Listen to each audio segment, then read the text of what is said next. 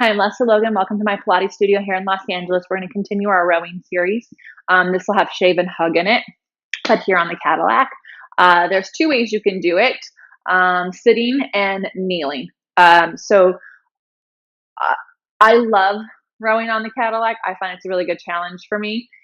You may not love it and it may not be right for you. You may have to start with the baby chair first. I think it's a really good spot to start learning your rowing and then going to the reformer and then perfecting and challenging yourself here with the things that you need to learn.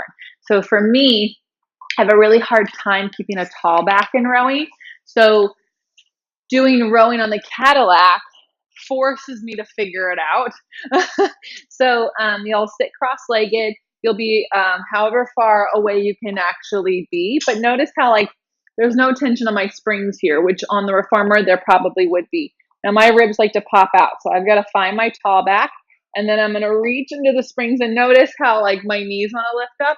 It's just a little bit of a challenge for me. But I have to keep my knees down and reach into the springs. You can also do the salute here, right? And you're not trying to do a tricep press. You're trying to work from your back.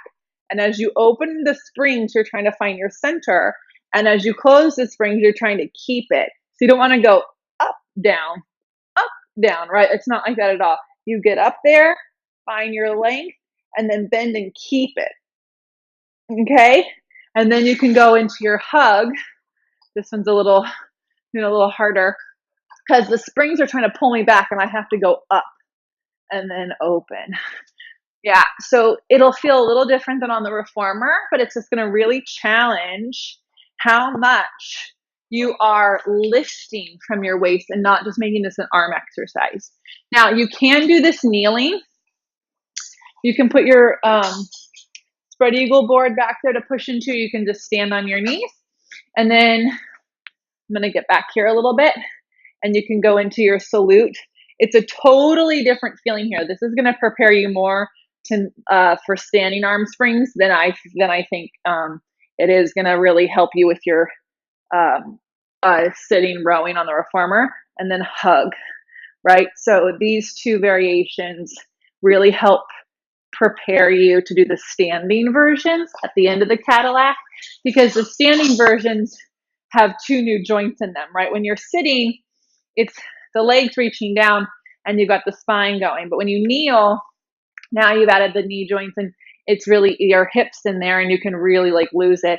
And when you stand, you could lock your knees, you could roll on your feet, you could do different things. And so it's a progression that gets you to doing the standing version, which I find to be very lovely and a good way to end a session.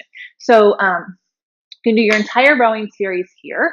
I would definitely try it out and then see how you can take what you've learned in your body to your reformer rowing series. Hopefully it challenges what you already know from your reformer and helps you get more and more juice out of it as you do your reformer practice. Thank you so much. If you have any questions or comments, you can do those below. Make sure you subscribe so you don't miss any of our videos, and I will see you next time.